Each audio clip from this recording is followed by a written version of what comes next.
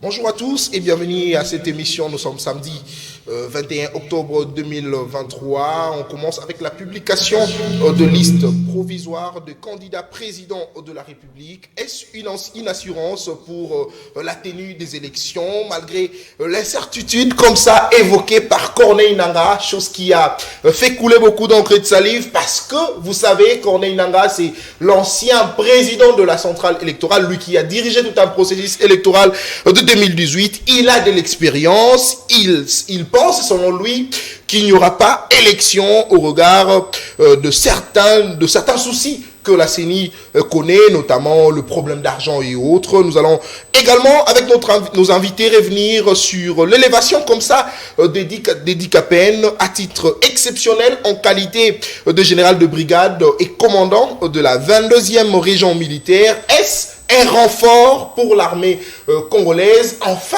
nous allons aussi réfléchir autour de l'apport de Congolais, de compatriotes, ceux-là qui se disent prêts à défendre l'intégrité territoriale de notre pays, le Ouazalendo, qui certainement font un bon travail, mais est-ce que l'État congolais peut justement les introduire au sein de l'armée? Question d'apporter leur force aux côtés de leurs frères, le FRDC, le Congolais, tous ceux-là qui se battent pour protéger l'intégrité territoriale de notre pays. On en parle avec nos invités. Ils sont avec moi. Denis Njoko, il est cadre et communicateur du parti politique CNC depuis Mwabilou. Nous avons Chris Molongia, il est communicateur de la Sérène, c'est un proche également de l'honorable Ados Ndombasi, il est en jaune, comme vous le savez.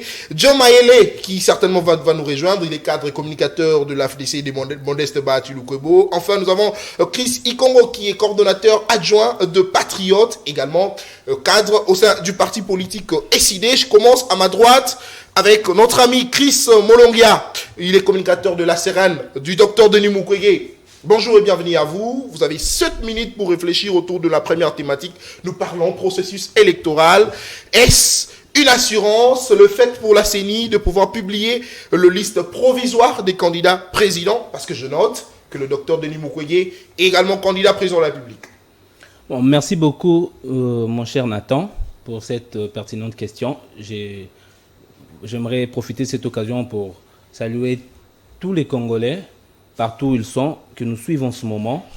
Et ma pensée également à nos frères qui sont tout le temps massacrés à l'Est, qui sont victimes de ces régimes. Ma pensée pieuse à eux. Donc, toujours en orange comme l'honorable Ados Ndombasi. Oui, en effet, cette tenue est tout un message. Donc, quand on la porte, on rappelle au peuple congolais qu'il faut travailler parce que par les labeurs, nous bâtirons un Congo plus beau qu'avant. Donc, quand on porte cette tenue, on rappelle aux gens qu'il faut être humble, peu importe ses réalisations. Le plus important, c'est de travailler pour le pays.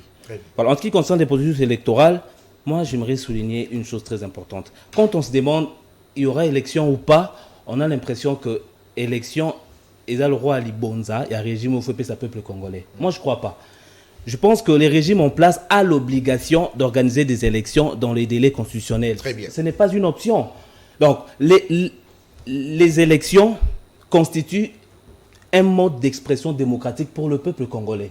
Il en a le droit. Donc, si au 20 décembre 2023, il n'y a pas élection, alors le peuple congolais va tirer toutes les conséquences. Mais en ce qui me concerne, je souhaite vraiment qu'il y ait élection parce que, comme moi, tout le peuple qui me suit, les Congolais qui me suivent en ce moment, notamment les mamans qui n'ont pas de quoi acheter du pain pour leurs enfants, notamment ces jeunes gens qui sont dans la rue, mais dans la misère, qui n'ont pas de boulot durant les 5 longues années qui viennent de s'écouler. Tous ces gens-là, tous ces Congolais, les Wewa, les Kinois qui manquent de courant, les gens de Tchangou qui meurtrissent dans les embouteillages tous les jours, il n'y a pas de route, il n'y a pas d'école, nos frères et sœurs, nos enfants, nos petits frères étudient à même les sols, ces gens-là en ont plus que marre de ces régimes et on veut avoir des élections. Mais lorsqu'on jette un petit coup d'œil sur les calendriers électoraux, on constate que ils sont encore dans les délais parce que la prochaine date sur le calendrier électoral, c'est la campagne électorale. Alors moi, je ne voudrais pas prêter de mauvaises intentions à la CENI. Je souhaite vraiment qu'il y ait élection parce que pour nous, ce sera l'ultime occasion de sanctionner ces régimes de frappeurs, ces régimes de détourneurs qui n'ont rien foutu pendant les 5 5 années qui viennent de se passer, mais moi, à leur place, je me concentrerai plutôt sur les discours de pardon et d'excuses que je présenterai. Les discours de pardon et d'excuses. Justement, justement parce que au bout de 5 ans, là, je me rends compte que le peuple congolais a été floué par des promesses, parce que quand on tient une promesse qu'on ne réalise pas, c'est honteux. On doit à un moment s'arrêter et demander pardon. Donc moi, je crois que ces régimes devraient plutôt en ce moment, et j'espère qu'ils sont en train de les faire, en tout cas je l'espère, préparer des discours de pardon pour toutes les promesses non réalisées. Congo, Allemagne d'Afrique. Tshisekedi, après les dépôts de son dossier à la CENI, il a parlé de la remontada. C'est presque ça son programme de gouvernance, si seulement il est élu pour la seconde fois. Ah, bon, vous savez, il y a un principe des hommes sages qui dit qu'on ne peut pas compter sur des gens qui ont créé les problèmes pour les résoudre. Donc ça veut dire que le pétrin dans lequel, la misère dans laquelle nous sommes actuellement, c'est ce régime qui l'a créé.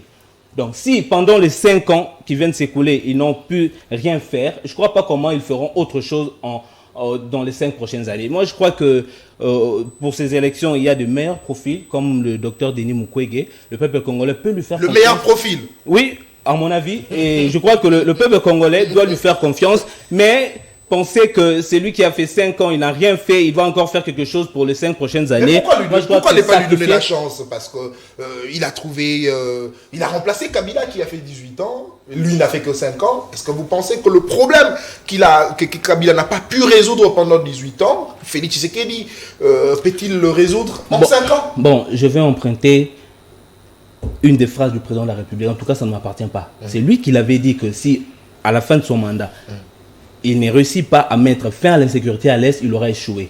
Bon, on peut constater, on peut constater. Mais en tout cas, moi, je vais demander aux gens qui me suivent qu'ils n'aillent pas chercher des informations auprès des gens qui sont là-bas. Parce que eux, ils peuvent être corrompus, ils peuvent dire des choses qu'ils ne pensent pas, mais parce qu'ils sont sous-traités. Mais qu'ils aillent à l'Est, s'ils ont des connaissances, des frères, des amis, qu'ils passent un coup de fil, qu'on leur dise quelle est la situation. Tous les jours, il y a des massacres. Et puis cette histoire de Ouazalendo, c'est vraiment une honte. On va y Quand des groupes armés, oui, je vais terminer par là. Quand des groupes d'individus décident de prendre des armes à la place d'une armée régulière, ça veut dire que l'autorité de l'État a failli. Très bien. C'est lui-même qui avait dit. Regardez ces arguments. C'est lui-même qui avait dit que si à la fin de mon mandat, na ici en sécurité na STT, bon, déjà na côté état-major na est na no fan na kuna sécurité ici là, c'était un grand mensonge et ça l'imitait. Et pour quelqu'un comme ça, vous voulez qu'on lui renouvelle le mandat, c'est impensable, c'est vraiment inadmissible. Et maintenant là, nous sommes le 21 octobre, vous l'avez dit, les élections c'est dans quelques mois. Ce n'est plus loin, mais l'insécurité à l'est persiste jusqu'au point qu'on a dû avoir recours aux armées étrangères. Pour nous venir en aide. Qui n'ont pas pu. Ces armées n'ont pas pu. Lui-même, il avait dit que si ça ne se termine pas, d'ici la fin de son mandat, il aura échoué. Il a échoué. Pourquoi on doit lui renouveler? Le Congo a de meilleurs profils, comme je l'ai dit. Il y a de meilleurs profils candidats président de la République. Qu'on leur donne la chance. Il a fait son temps. Il n'a pas pu. Nous, on a besoin de vivre heureux. Ce Congo nous appartient aussi. Alors moi, je vais demander au peuple congolais qui me suit en ce moment que leur revenu pour sanctionner ces régimes. Alors, une dernière question rapidement, Chris Molonga. Vous avez dit que vous ne voulez pas prêter des intentions ici à la CENI, mais qu'est-ce que vous dites de celui qui a été ancien président de la centrale électorale, c'est lui qui a conduit les élections de 2018, qui a occasionné Félix Tshisekedi, ce qui a fait que Félix Tshisekedi soit président de la République, Corneille Nangaa qui lui pense que avec le temps qui nous reste, avec tout le problème que la CENI connaît, ça sera c'est très difficile, c'est incertain que la CENI puisse organiser les élections. Bon, vous savez, le propos de M. Nangaa ne sont plus crédibles après le fiasco de 2018. Je rappelle que M. Corneille Nangaa est l'artisan de hold-up électoral que le peuple congolais ne cessera de regretter jusqu'à ce jour. Donc, quand M. Corneille Nangaa décide un petit matin de raconter toutes ces histoires-là, on se demande est-ce qu'il est dit en tant qu'expert en matière électorale ou il est dit en tant qu'aigri parce qu'il n'a pas eu sa part au gâteau. Alors, ces propos ne l'engagent que lui. Moi, tout ce que je constate, c'est que dans les calendriers, la CENI n'a pas encore de retard. Donc, la prochaine étape dans les calendriers, c'est la campagne électorale. Mais quand on aura arrivé à une date prévue pour telle activité que la CENI ne l'a pas organisée, c'est en ce moment-là qu'on va mener des actions. Parce que moi, je le répète, ces élections doivent avoir lieu. Ce n'est pas une faculté, c'est un devoir. Le régime en place, il n'a pas d'excuse. 5 ans durant, ils ont géré le pays, ils doivent donner des élections parce que c'est par ces élections-là qu'ils seront tous fouettés. Merci beaucoup, Chris Molongia. Il est communicateur de la CRN, le parti politique qui a endossé comme ça la candidature du docteur Denis Mukwege, que lui qualifie du meilleur de profil. Alors, Denis Njoko, cadre et communicateur du parti CNC, bonjour et bienvenue à vous. Je rappelle à ceux qui nous suivent que Denis Njoko, c'est mon chef de promotion à l'IFACI. Je suis très heureux de te recevoir sur ce plateau. Allez, on entre dans le vif du sujet avec vous. La publication de liste provisoire des candidats présidents de la République. Est-ce une assurance pour la tenue des élections? Voilà. Merci Nathan, je pense que c'est une fierté. C'est aussi une belle retrouvaille. Lorsque je vous retrouve aujourd'hui sur ce plateau de Samuel 13, c'est un sentiment de nostalgie. Parce que je me rappelle des moments qu'on a passés ensemble à l'université. C'est très nostalgique. Alors pour revenir sur la question sur les processus électoraux, je pense qu'on doit situer la question dans son contexte. Très bien. Le processus électoral n'a pas commencé aujourd'hui avec la publication des résultats plutôt de liste provisoire des candidats présidents de la République. Je rappelle, lorsque Denis Kadima a été entériné et lorsqu'il a amorcé ces processus, il a fait face à une sorte de diabolisation de la part de nos amis de l'opposition et ils ne lui ont donné aucune chance. Aujourd'hui, ils se sont rendus compte que plus il avance, plus il est en train d'impacter les processus. Il est en train de prouver le contraire de ce qu'ils ont, de la campagne qu'ils ont menée sur lui. C'était une sorte de bad buzz, comme je peux le dire. Et par rapport aux exigences calendaires, l'homme est resté dans le délai. Et je pense que d'ici 7 jours, il y aura la publication de la liste définitive par la Cour constitutionnelle. Et ça consacre justement l'irréversibilité de ces processus, d'autant plus que nous sommes à quasiment 3 semaines du début de la campagne électorale et tout ce que je peux demander à nos amis est de pouvoir se ranger dans l'ordre de bataille, de ne pas rêver parce que le train des élections est en marche. Il est difficile, il est inopportun en ce moment de pouvoir obstruer cette démarche parce qu'ils n'auront que leurs yeux pour pleurer.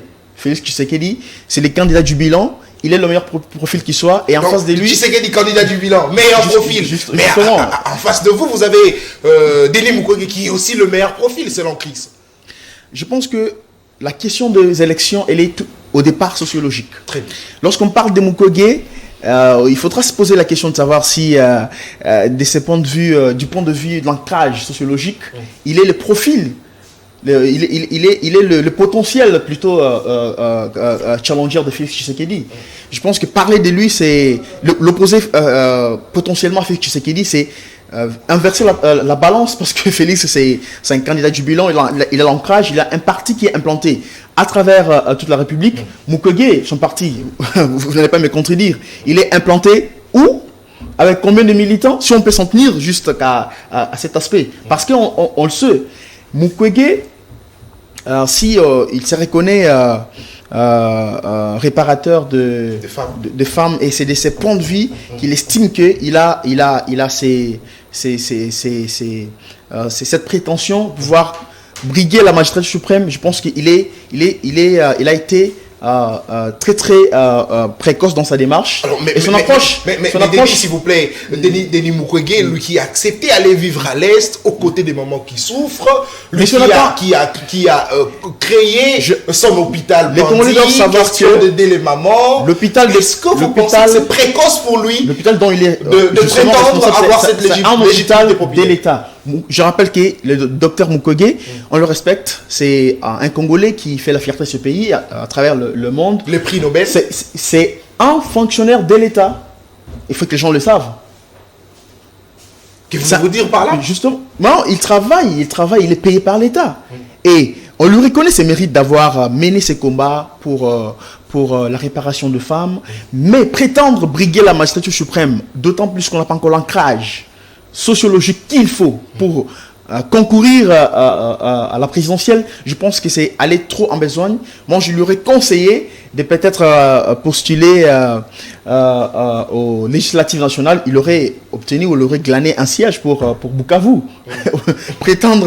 mais lui qui a accepté d'aller vivre avec le Congolais qui souffre à l'Est, pourtant, Félix Tshisekedi avait promis qu'il ira vivre avec eux, mais chose qu'il n'a pas fait.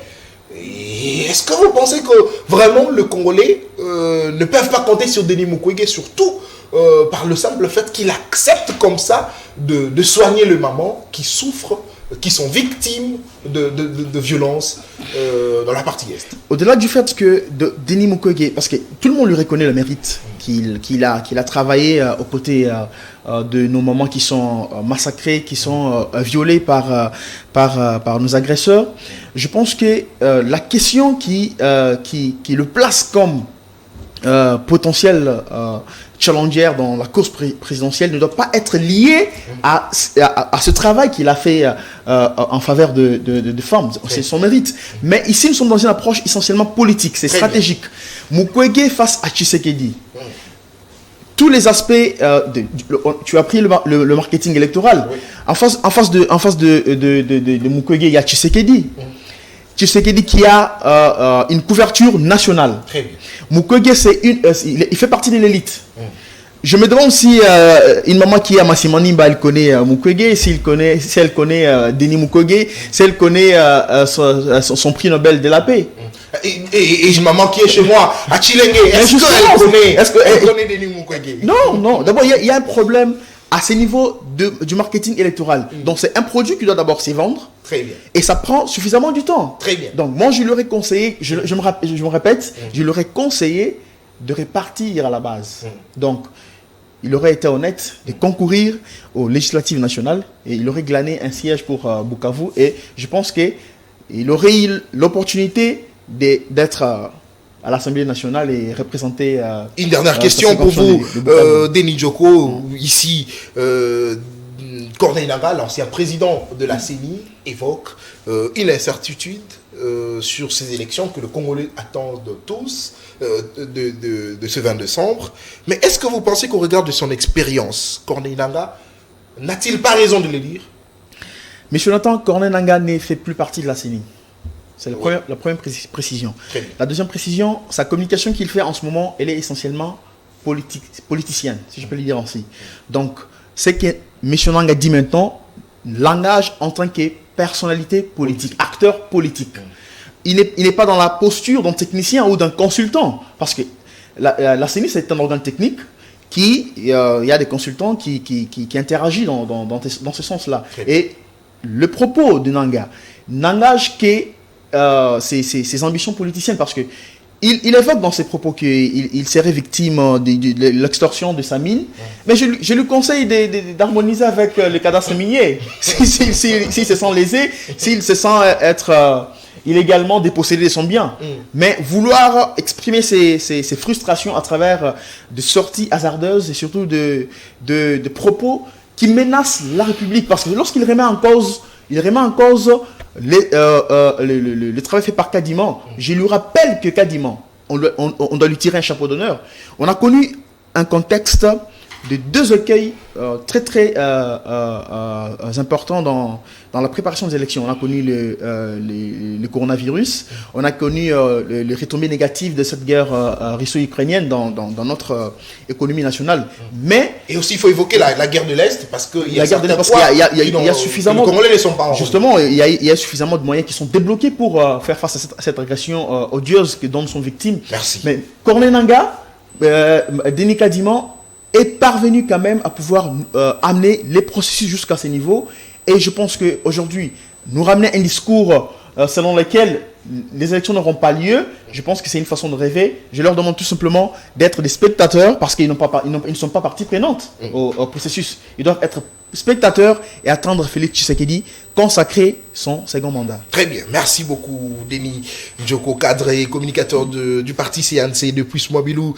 Chris Ikongo, il est avec nous. La même question sur le processus électoral. Je rappelle qu'il est coordonnateur adjoint de Patriotes. C'est une structure comme ça qui a adhéré récemment récemment au parti politique SID de Martin Fayoulou. Fayoulou qui est au Congo central en train de redynamiser son parti politique. Chris Ikongo, bonjour et bienvenue à vous. Vous avez 7 minutes comme les autres pour réfléchir autour de cette question. Merci pour la parole accordée. J'aimerais apporter une petite précision. Le président se trouve actuellement à Kinshasa. Ah ok, il est revenu. Ouais, il est revenu. Merci beaucoup pour cette information. Et à vous également, à mon frère Djoko, ou à MC Bisso, que le parti des présidents de la République est implanté partout. Je ne peux que lui rappeler que l'article 96 de la Constitution du 18 février 2006, tel que modifié à ce jour, dit à ce que le mandat d'un président de la République est incompatible à toute fonction au sein des partis politiques. Donc, une fois à la maison, au côté on peut comprendre que le président de la République a dans la partie politique. La raison pour laquelle tant qui a déposé candidature a déposé comme un acteur indépendant. À la question des élections, avec les propos de M. Corneille Nangaa, il y a une sagesse qui dit parfois la vérité sort de la bouche des alcooliques. Mais M. Nangaa a été alcoolisé par des billets de banque d'une manière démesurée. Et voilà aujourd'hui les conséquences. C'est un monsieur versatile avec des propos caméléons. Soit c'est Fayoulou qui a remporté les élections de 2018, soit c'est M. Félix Tshisekedi. On ne sait plus les situer.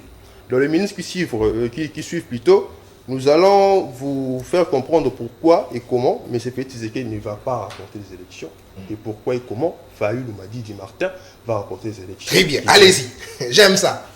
Je vais faire ici une petite liste limitative des promesses qui n'ont pas été réalisées. En mars 2022, M. Tshisekedi nous avait dit qu'il fera de la région de l'Est un havre de paix et de développement. Première promesse. Deuxième, il dit « Mon rêve est celui de voir Cape Town être relié au Caire, Mombasa à Lagos, en passant par la République démocratique du Congo en 2019. » Troisième, « Je suis prêt à mourir pour que la paix soit une réalité. » En 2019. Quatrième, c'était en juin 2022. Dans les semaines qui viennent plutôt, le programme d'accès gratuit aux soins de santé pour la femme enceinte, les accouchements et les soins aux nouveau-nés sera effectif dans l'ensemble des zones de santé de Kinshasa. Mais ça a été réalisé. Chose qui vient d'être réalisée hémiplégiquement en fin 2023 parce que surtout il avait promis gratuité mais personnel médical basati, personnel soignant basati. Je me demande si les actes oui ou non, c'est une promesse réalisée. En 2021. Oui ou non, c'est une promesse réalisée. Hémiplégiquement. En 2021, il nous a dit j'ai trouvé la clé pour résoudre les problèmes alimentaires des Congolais. Très bien. Moi, je me demande quelle est la situation actuelle maintenant. Moi qui manque les acquis à 50 et comme 1000 francs. En octobre 2019, il nous a dit de manière concrète, ce programme vise à ce que 20 millions de Congolais vivent en milieu rural et périurbain dans les 145 territoires de notre pays, quittent la pauvreté ou l'extrême pauvreté dans les 5 prochaines années. C'était en 2019, c'est-à-dire 5 prochaines années, la fin c'est 2023. Projet Tilé-Gelou, 145 territoires. Où en sommes-nous aujourd'hui? Donc, le président légal, moi j'aime l'appeler de cette façon. Le président légal. Le président légal. Parce qu'il y a un président légitime, élu, voté par le peuple congolais, que tout le monde connaît. Et on a également un président légal qui a été fabriqué. Et tout le monde sait le contexte dans lequel il est arrivé au pouvoir. Pourquoi je l'appelle président légal? Parce qu'au moment de son ascension au pouvoir, il disposait de 3 juges venant de la Cour constitutionnelle. Lorsque vous lisez la loi de 2013 portant organisation et fonctionnement de la Cour constitutionnelle, ainsi que les règlements intérieurs de 2015, vous allez comprendre comment est-ce que la Cour nomme, plutôt le président de la République nomme 3 juges à la Cour constitutionnelle. Primo. Segundo, vous verrez dans la loi organique de 2018 portant organisation et fonctionnement du Conseil supérieur de la magistrature, comment le Conseil supérieur de la magistrature nomme les 3 juges à la Cour constitutionnelle. Ce qui fait en sorte qu'au moment de son ascension au pouvoir, les régimes lui avaient offert 6 juges à la Cour constitutionnelle. Ce qui a fait à ce qu'il soit le président légal et non le président voté légitimement par le peuple congolais. Et pourquoi j'ai dit que Martin Fayoulou sera le nouveau président? Parce que on doit le voter par sa vision, sa mission, ses piliers, soit son idéologie, ainsi que son projet de société. C'est quoi sa mission? Je ne suis pas ici pour faire la propagande parce que c'est une incrimination, faire la propagande à la période de la campagne électorale. Je suis juste ici pour donner la vision du président Martin Fayulu et pourquoi nous devons lui faire confiance. D'abord, sa vision, c'est de bâtir un Congo fort. Nous savons ce qui représentait les léopards du Zaïre et ce qui représente actuellement la République démocratique du Congo. Il y a un énorme décalage. Deuxièmement, sa mission, il travaille au service du peuple congolais. Mais ce sont là des discours, de campagne, que lorsqu'il sera président de la République, on va commencer à lui rappeler, ça deviendra, on traque à gauche, on traque à droite, mais le politique, ils sont tellement habitués à promettre le Congo. Martin Fayulu, cher Nathan, c'est le seul candidat qui a encore les mains propres. Il n'a jamais été aux affaires. Donc c'est la seule personne à qui on peut faire confiance. Denis Mukwege également. Bon, c'est un candidat qui a été prix Nobel. Il faudrait le reconnaître. Ouais, il faut le... Les autres sont des candidats, ce sont de détourneurs patentés. Et le projet de société de M. Martin Fayulu, c'est le social-libéralisme. En tout cas, ça, c'est le point le plus culminant. Le social-libéralisme qui veut tout simplement dire... Et j'aimerais d'abord préciser le fait que le social ne veut pas dire les trains de vie. La majorité des Congolais confondent le social et les trains de vie. Les trains de vie se rapportent aux dépenses quotidiennes d'une personne. Cependant, le social, c'est un ensemble globalisant renfermant tous les secteurs de la vie. Entre autres, le sport, la médecine, la musique, l'éducation. Et s'il fallait jauger, soit apprécier les régimes de M. Félix Antoine Tshisekedi, le président légal, sur le plan éducationnel, nous venons d'assister à un repêchage des élèves de la 6e année. Sur le plan du sport, le stade des Martyrs n'a pas été homologué par la CAF, nous le savons. Et après, il y a eu beaucoup de supplications et les inspecteurs de la CAF ont eu quand même critiqué. Et sur le plan plutôt médical... Terminé par là. Sur le plan médical, en tout cas, c'est avec une promesse qu'il avait fait en 2019 qui apportera la gratuité sur le plan médical partout en démocratie du Congo. En fait, le Congolais peut même apprécier cette promesse parce Merci. que... Alors, une dernière question, Chris Ikongo, une dernière question. Aujourd'hui, il y aura bel et bien élection le 20 décembre, comme l'a précisé récemment le président de la centrale électorale, Denis Kadima. C'était sur les antennes de TV5 Monde. Mais Fayulu, que tu penses qu'il sera élu parce qu'il a encore le main propre, il a un projet, il a une vision, il a un programme de société, programme de gouvernance pour la République. Mais est-ce que vous pensez que face à Denis Mukwege, qui pour vous pourrait être candidat commun de l'opposition? Parce que ce n'est pas une condition sine qua non, mais certainement, vous êtes en politique, vous pouvez négocier d'une manière ou d'une autre. Entre Fayulu et Mukwege, selon vous, qui pourrait être candidat commun? Bon, en fait, c'est une question entre celui qui a déjà fait la guerre et un nouveau recrue. Donc, on ne peut que donner la chance à celui qui a l'expérience. Merci beaucoup, madame, messieurs. Vous êtes sur CML 13 Télévision. Allez, vous le faites bien. C'est votre émission, un magazine de jeunes. Voyez vous-même, c'est un magazine de jeunes parce qu'on a besoin vraiment de ces renouvellements de la classe politique. On a besoin de ces rajeunissements du Parlement, raison pour laquelle nous devons le commencer ici, même sur le plateau de télévision. Question de jauger également la capacité de nos jeunes, surtout les jeunes qui ont des ambitions politiques, nous révélons. Cette fois-ci, nous allons parler de l'élévation d'Edi Kapene après la prison, plus de 20 ans.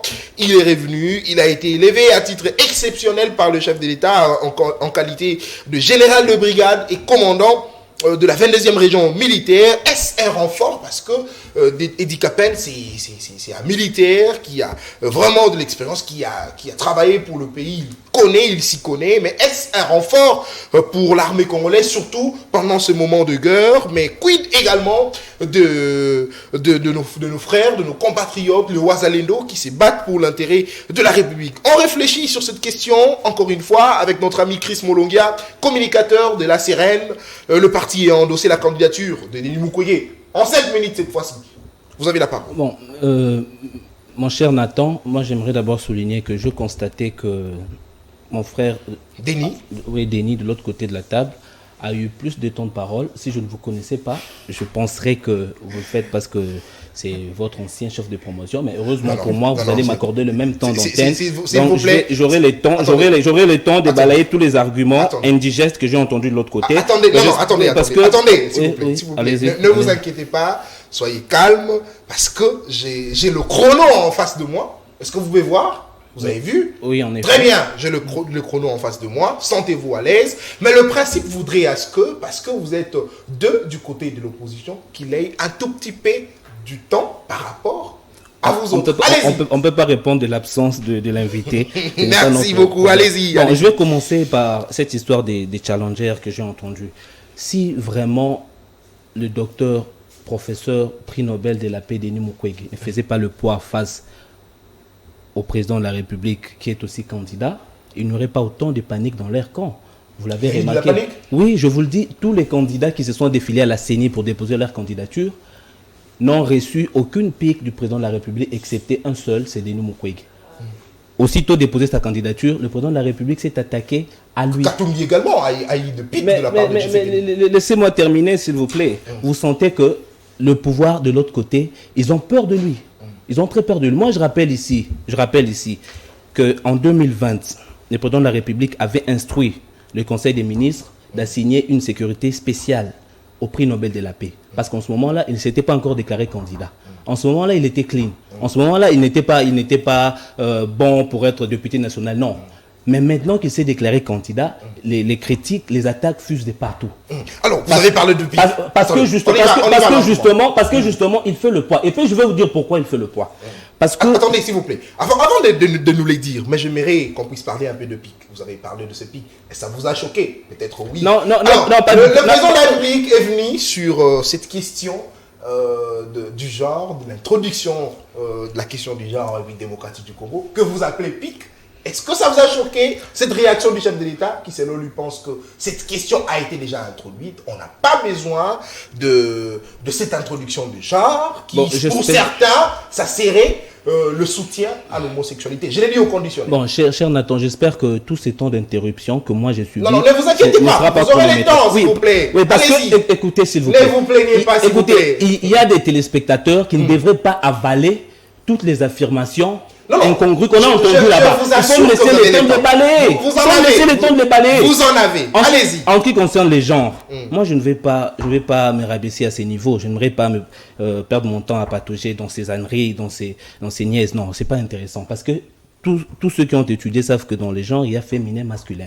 Et les docteurs Denis Mukwege n'avaient aucun besoin de précision. Supposons qu'en face de lui, il y avait des gens qui réfléchissent, des gens qui ont fait des études. Malheureusement, il y en a qui n'ont pas terminé leurs études et qui ont présenté de faux diplômes. Ce n'est que normal qu'on comprenne ça très mal. Ce n'est que normal. Dans les genres, il n'y a jamais un seul genre. Et puis pour dire que je veux l'homosexualité, je veux ceci, je veux cela, pourquoi il y aurait eu besoin de dire introduction du genre? Non, il parlait clairement de la parité des femmes, de l'égalité des droits entre hommes et femmes. Et connaissant son combat, son attachement pour le bien des femmes, c'est pas surprenant. Bon, moi j'aimerais revenir sur... Je vais vous dire pourquoi il faut faire confiance au docteur prix Nobel Denis Mukwege. Parce qu'il a l'essence de servir. Il n'était pas encore président de la République, mais il a dévoué sa vie pendant que d'aucuns passaient leur temps à livrer et à faire des petits métiers en Europe. Pendant qu'il y a des gens qui sont revenus au pays seulement pour occuper des postes ministériels qu'ils ne méritaient pas de combat politique, sans assise ici en RDC, ils reviennent juste pour se remplir le poche. Mais lui, il servait déjà. Il a fait ses études en Europe. Après ses études, chose surprenante, il a décidé d'abandonner le confort matériel qu'il avait en Europe pour revenir ici, pour vivre où, vous savez, à Bukavu, là où il y a des massacres. Et vous savez qu'il a fait l'objet de menaces de mort. Il a même été ligoté. Quelqu'un comme ça, avant d'être président, sans aucun intérêt, il ne joue pas des moyens de l'État, mais il décide de consacrer sa vie à ses compatriotes. On n'a jamais connu des candidats comme ça. Mais le malheur est qu'on fasse confiance aux opportunistes, aux parvenus, quelqu'un qui n'a aucun parcours professionnel, on ne connaît pas, mais du coup, parachuté au sommet de l'État, on a les conséquences. Il y a également un autre point que j'aimerais souligner ici. Le prix Nobel est connu partout. Et puis, on ne peut pas être prix Nobel et être connu seulement à Bukavu. Vraiment, c'est dingue. On ne peut pas être à la fois prix Nobel, on est connu seulement dans un coin du pays. Alors que le prix Nobel est un prix. Tu es sûr que chez moi, alors que le prix Nobel est un prix mondial. La maman chez moi connaît les prix Nobel. Alors que le prix Nobel est un prix mondial, comprenez. Donc, vous savez, Faty, même s'il n'y avait pas Denis Mukwege en face de lui, aucun Congolais ne lui aurait renouvelé la confiance cette fois-ci. Vous savez pourquoi? À chaque fois qu'on cite son nom, on se rappelle de la taxe RAM. Où est parti l'argent? On n'a jamais été remboursé, on n'a jamais été éclairé. Et puis, le ministre artisan de la fraude, de l'arnaque au sommet de l'État, il est en fonction. C'est très grave. Il est en fonction jusqu'à aujourd'hui. La taxe RAM, où est l'argent? On n'en sait rien du tout. J'ai même entendu une blague sur les réseaux sociaux. Bon, l'argent de la taxe RAM aurait servi à payer les transports du pape quand il était venu ici. Bon, 145 territoires. Est-ce que les territoires des Banalia, ce projet de 145 territoires, est-il arrivé là-bas, à Bumba, là où j'ai vécu un peu? Est-ce que ce projet de 145 territoires est arrivé là-bas? Chile Gelou. Dans mon territoire de Chilenge, jusque-là, j'aurais appris que ce n'est pas encore arrivé, mais ça arrive. Mais ça arrive quand, bon sang? Bon, laissons de côté cette histoire de 145 territoires, impunité. Donc aujourd'hui, moi j'ai retenu une leçon, mais je ne vais pas apprendre ça à mes enfants. Si vous voulez devenir ministre de l'économie, il faut commencer par détourner de l'argent. C'est ça la voie royale, les passages obligés pour devenir ministre de l'économie. C'est la leçon qu'on retient de ces régimes. Et quelqu'un comme ça, vous voulez qu'il revienne à la tête de l'État? C'est gravissime. Et puis ici on dit... Non, voilà, Denis Mukwege, il ferait bien candidat, député national. Mais moi, je vous dis une chose. Denis Mukwege a commencé sa lutte pour le droit des femmes et il la poursuit. Il a bien l'intention de l'achever. On ne va pas confier un deuxième mandat à quelqu'un qui ne finit pas ce qu'il commence. Revenez au sujet. Bon, nous parlons insécurité à l'Est avec la montée de Wazalendo. Bon, pour revenir sur le sujet, moi, je l'ai dit à ma première prise de parole que cette histoire de Wazalendo, moi... je tire mon chapeau à ces braves hommes, à ces compatriotes qui défendent vaillamment la patrie. Pourquoi ils le font? Parce que justement, notre armée a failli. Pourquoi notre armée a failli? Parce que le régime a lamentablement échoué. Ça, ce ne sont pas mes mots, ce sont les mots du président de la République. Et puis, moi, je ne peux pas comprendre qu'avec une armée d'un pays de 100 millions d'habitants, on est malmené par un petit Rwanda comme ça. Non, 100 millions d'habitants. Mais on est malmené. Il faut que des groupes d'individus s'organisent avec des moyens de bord pour venir à la rescousse de l'État. Et puis quelqu'un comme ça, vous voulez qu'il revienne? Non, on ne va pas sacrifier nos 5 années comme ça. Et puis il y a autre chose, monsieur Nathan. Ces histoires de Wazalendo, moi je crois qu'il mérite d'être décoré. D'accord? Il mérite d'être décoré, qu'il soit honoré de tous. Parce que quand on est en face d'un régime, dans un pays où il y a 80 millions d'hectares de terres arables, mais on va chercher du maïs en Zambie, quand on a 700 000 tonnes de potentiel halieutique, c'est-à-dire du poisson, mais on va chercher du poisson en Namibie, un régime comme ça, avec la multiplication fulgurante de groupes armés à l'est de la République, donc après on a un groupe d'individus qui s'organisent, qui disent, tiens, malgré la misère dans laquelle on nous a obligés de vivre, malgré les taux de dollars qui ne cessent d'augmenter, mais nous on décide de sacrifier nos vies, pendant que eux ils sont dans les salons UP, ils sont dans les climatiseurs, mais nous on se bat. Moi je crois que le Wazalendo mérite d'être décoré. Très bien. Mérite d'être décoré et par ricochet, sanctionner ces régimes d'avoir exposer ces groupes d'individus, parce que si eux, ils avaient bien assuré la sécurité à l'Est, le Wazalendo n'aurait pas eu besoin de prendre les armes. Voilà, et pour terminer, monsieur Nathan, moi j'aimerais dire aux gens qui sont de l'autre côté de la table, à nos amis de l'Union Sacrée, moi je n'ai aucun problème avec eux, je n'ai aucun problème contre le président de la République, il a eu son passé qui n'est pas du tout reluisant.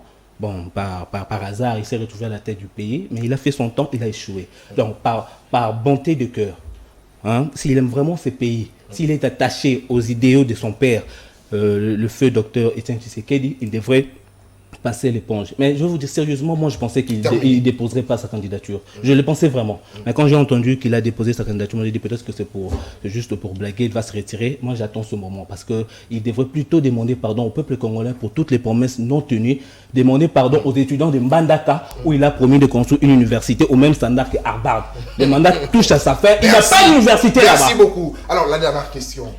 Entre Fayulu et Denis Mukwege, pour vous, qui est le candidat commun? Bon, je ne vais pas me dédire, hein. Je vais pas me dédire pour dire non, je n'ai pas eu le temps de... Non, moi je reste constant. J'ai dit que Denis Mukwege, prix Nobel, est le meilleur profil. Donc, meilleur profil de tous les 24.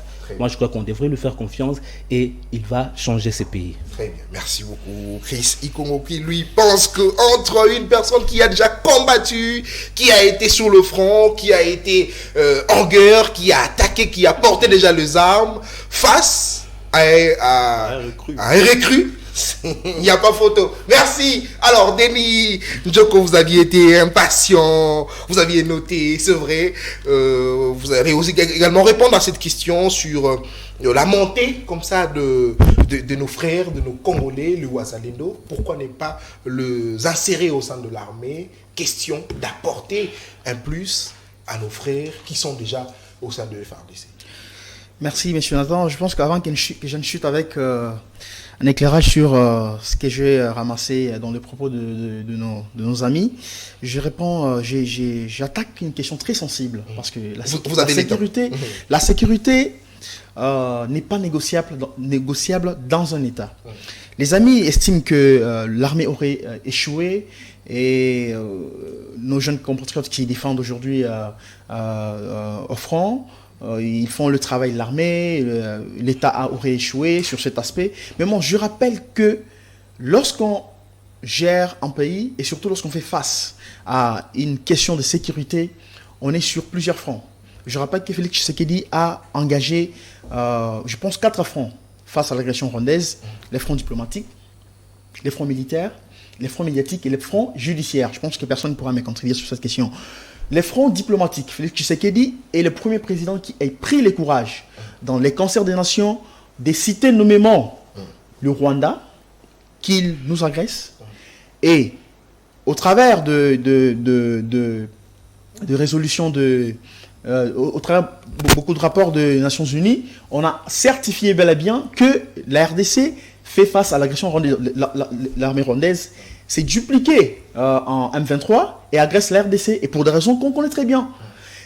Et lorsqu'on approche, on est dans l'approche stratégique, parce que la guerre, on la met sur 2 fronts, l'approche stratégique et l'approche militaire. L'approche stratégique inclut la diplomatie, la médiatisation et les fronts judiciaires qui est amorcé à travers le ministère de la Justice qui a mis en accusation le régime de Kigali. Félix Tshisekedi, lorsqu'il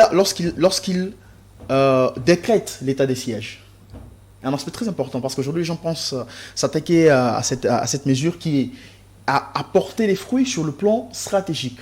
On a constaté, lorsque Félix Tshisekedi a décrété l'état de siège, l'agresseur lui-même, les ennemis se sont révélés.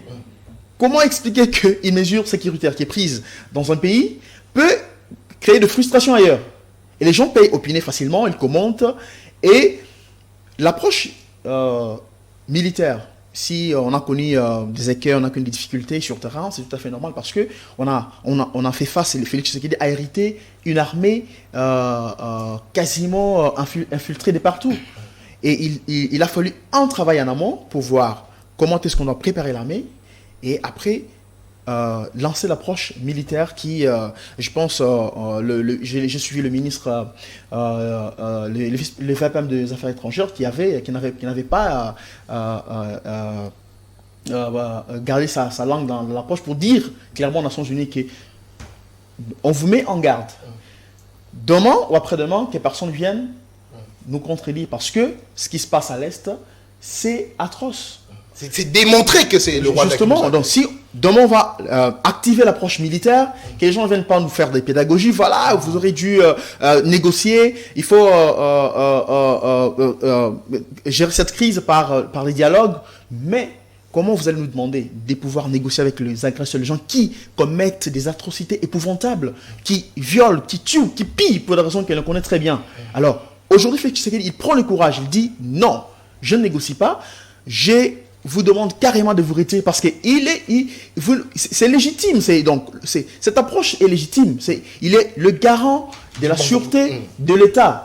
Commandant suprême de l'armée. Commandant suprême. Donc, lorsqu'il estime que, face à lui, malgré qu'on nous force la main par diplomate pour négocier avec ses agresseurs, il est resté intransigeant. Il estime que si demain, l'approche diplomatique n'aurait pas produit des résultats escomptés, il va activer l'approche militaire qui va justement porter des fruits parce qu'on a une armée, on a tous vu une armée qui est bien organisée, qui a été restructurée, qui a des hommes forts, qui a même été appuyée en nombre de recrues. C'est pour la première fois. Et aussi avec cette innovation d'Ikapen. Ouais, c'est ici je pense que on peut pas questionner les pouvoirs discrétionnaires du chef de l'État qui a estimé que pour un besoin urgent, je pense que c'est dans son pouvoir, sur pied de l'article 84, je pense, de la loi portant statut du militaire de FRDC. Le colonel, autrefois colonel Eddy Kapand, a été spécialement ou à titre exceptionnel promu général de brigade et nommé commandant de la 22e région militaire dans le Katanga. C'est pour laquelle je pose la question de savoir c'est un homme expérimenté, c'est un renfort de détail justement, et c'est dans le pouvoir discrétionnaire du chef de l'État qu'il a estimé qu'il était très urgent et de pouvoir demander promouvoir un tel compatriote qui est doté d'une expérience à ne pas démontrer. La question Rosalindo. Sur pied des articles 164 de la Constitution, nous tous, ici autour de ces plateaux, avons le devoir de défendre ces pays contre toute agression étrangère. Et si je peux rappeler la loi sur le réserviste qui a été promulguée en juillet dernier, les Wazalendo, qui ne font pas partie du corps de réservistes, mais qui sont juste deux compatriotes épris de ces centres patriotiques qui ont estimé que tous les accords qui ont été signés, toutes les résolutions sur le plan diplomatique ont plombé les efforts dans la résolution de ces conflits. Et vous le savez, nous sommes respectueux du cessez-le-feu. Je termine du cessez-le-feu par rapport à la feuille de route de Luanda. Voilà. Les jeunes gens ont estimé qu'il était plus qu'impérieux de pouvoir défendre leurs terres et de pouvoir chasser l'ennemi. Et vous n'allez pas demander à un Congolais aujourd'hui qui est en train de défendre ses terres, qui est extorqué de son espace vital, de rester dans son coin parce que vous estimez que l'armée aurait failli. Il faudra que l'État peut-être puisse décorer. Alors que déjà, notre loi suprême nous donne ces droits de pouvoir défendre ce pays. Merci beaucoup. Parce qu'il est important que je le rappelle. Tshisekedi, il est le garant du bon fonctionnement. Rappelez-les en 30 secondes. 30 secondes. Justement, il est le garant du bon fonctionnement de l'État. Mais nous avons notre part de responsabilité, chacun dans ce qu'il sait faire. Et c'est pourquoi je demande à tous nos amis ici que nous devons questionner notre sursaut patriotique. Ces pays, au-delà de nos différences idéologiques d'obédience politique, nous avons un patrimoine commun qui est la RDC. Et lorsqu'on défend, ce n'est pas l'union sacrée, c'est le peuple congolais face à l'agresseur et non Fayulu, Tshisekedi, Mukwege face au Rwanda. Très bien, merci beaucoup Denis Djoko. On termine avec Chris Ikongo, mais je vous promets 1 minute chacun pour la conclusion. On termine avec Chris Ikongo en 5 minutes. Merci pour le réoctroi du verbe. En effet, ce que fait les Wazalendo, c'est un geste encourageant, parce que c'est d'abord un sens de patriotisme. Très bien. La patrie, c'est la terre de nos ancêtres, que nous devons défendre jusqu'au sacrifice ultime, qui est le prix de notre sang. En tout cas, c'est vraiment à décorer, comme vient de dire mon ami, c'est vraiment un geste à décorer. Mais sinon, face à l'agression, en tout cas, mon ami de l'Union sacrée ne maîtrisait pas vraiment les choses, parce que l'agression de l'Est n'est pas une agression étrangère. Mais c'est une guerre faite par procuration. Qui veut dire guerre par procuration? C'est une guerre qui se cache derrière les gens.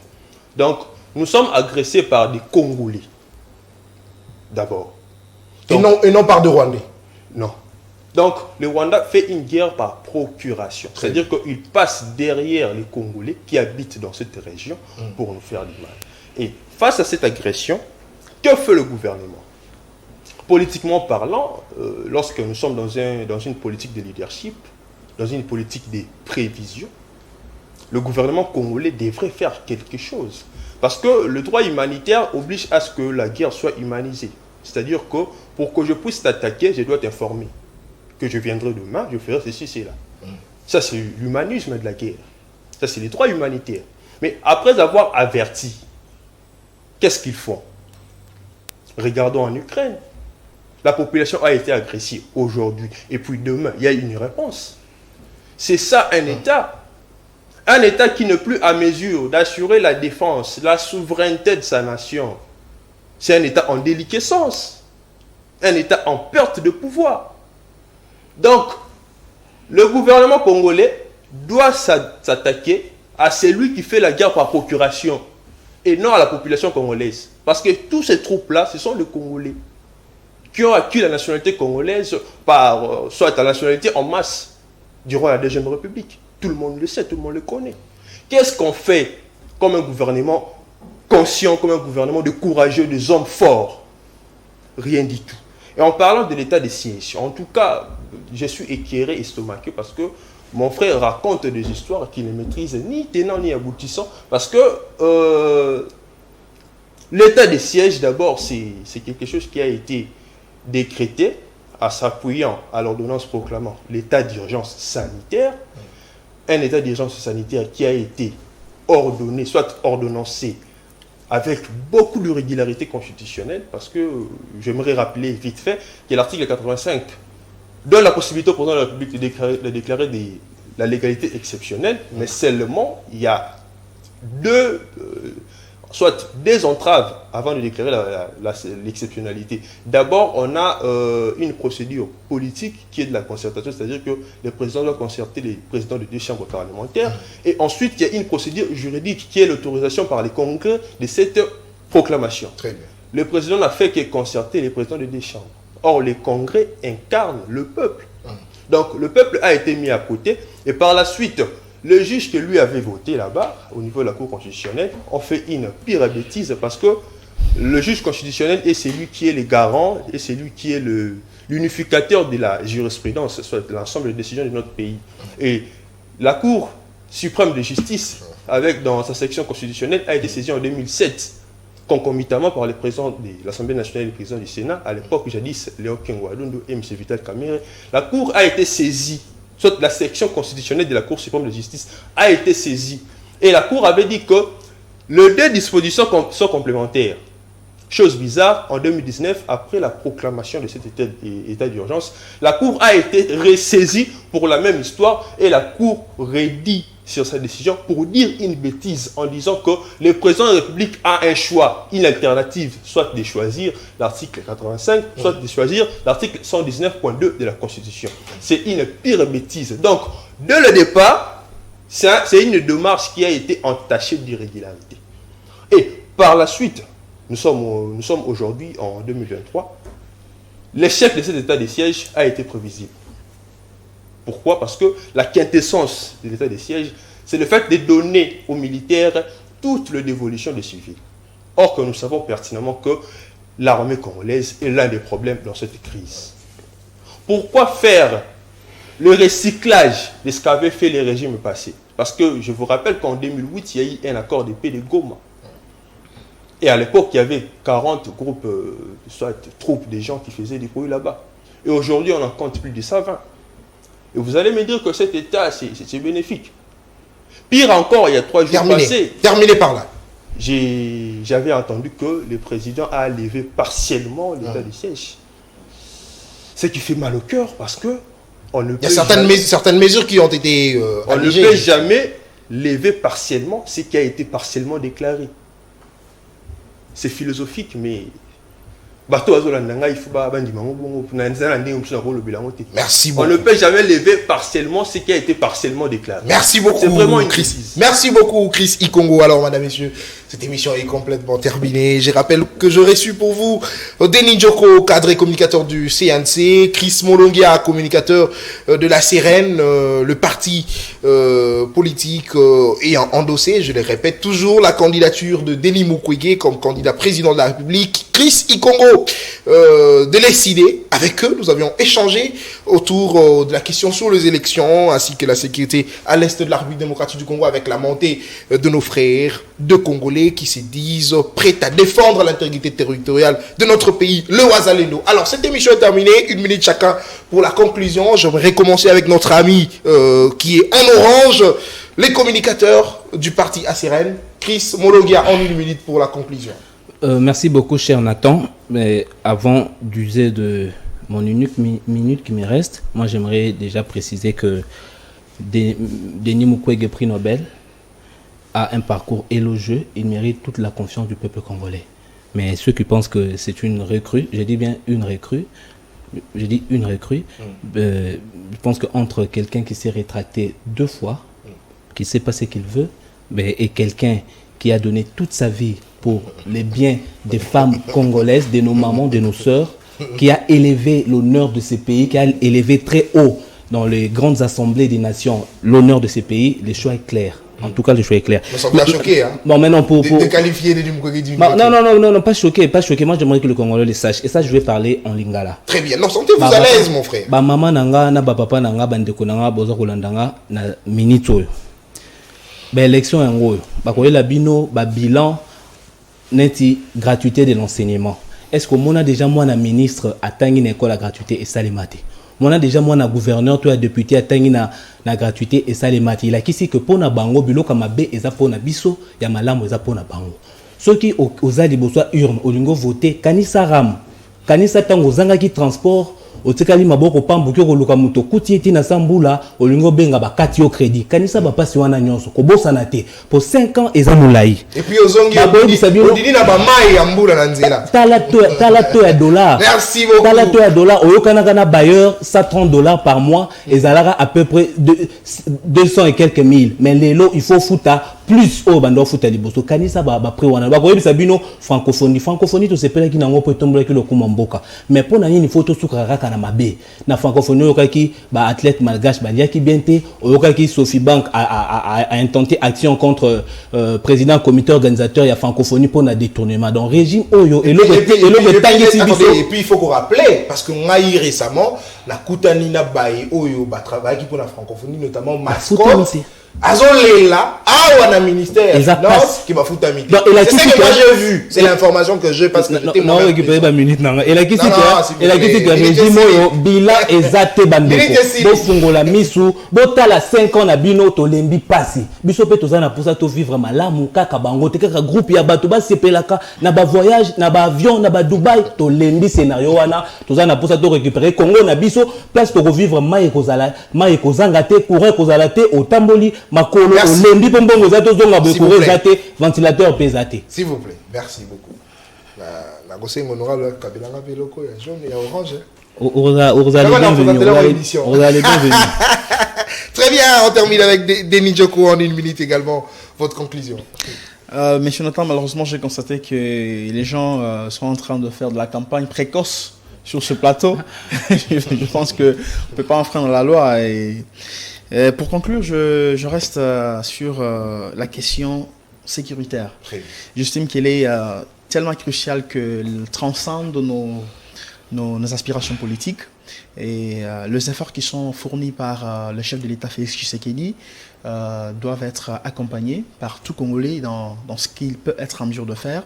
Et surtout, ces fronts, ce courage plutôt qui anime ces jeunes Ouazalindo doit nous interpeller, nous qui sommes à Kinshasa, parce qu'on estime que notre confort de la capitale peut nous mettre dans une sorte d'aisance pour ne pas penser à ces jeunes. Donc pensons à eux et soyons de leur et poussons-le à la victoire parce que notre pays, il nous appartient et la RDC restera toujours indivisible et appartiendra toujours à tous les Congolais. Très bien, merci beaucoup Denis Djoko. Vous savez, moi j'aime l'élévation de la jeunesse, j'aime la montée de la jeunesse, ça c'est une très bonne chose.